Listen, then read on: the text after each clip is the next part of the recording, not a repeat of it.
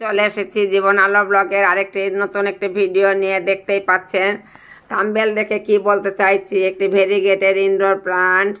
এটি আপনি বাড়ির বারান্দায় বা রান্নাঘরের পাশে এবং টেবিলেও রাখতে পারেন। এত সুন্দর বিউটিফুল একটি ভেরিগেটেড অ্যারেলিয়া প্লান্ট আপনি বাড়িতেই করতে পারেন। খুব একটা পরিচর্যা লাগে না। ডাল থেকেই চারা তৈরি হয়। আপনি ডাল থেকে লাগিয়ে দেওয়ার পরে সামান্য একটু জল আর হালকা রোদ লাগে না, বাতাস লাগে অল্প একটু, যেখানে অল্প আলো বাতাস আসে সেরকম জায়গায় রাখতে হয়। তাহলে দেখুন কত সুন্দর লাগছে দেখতে।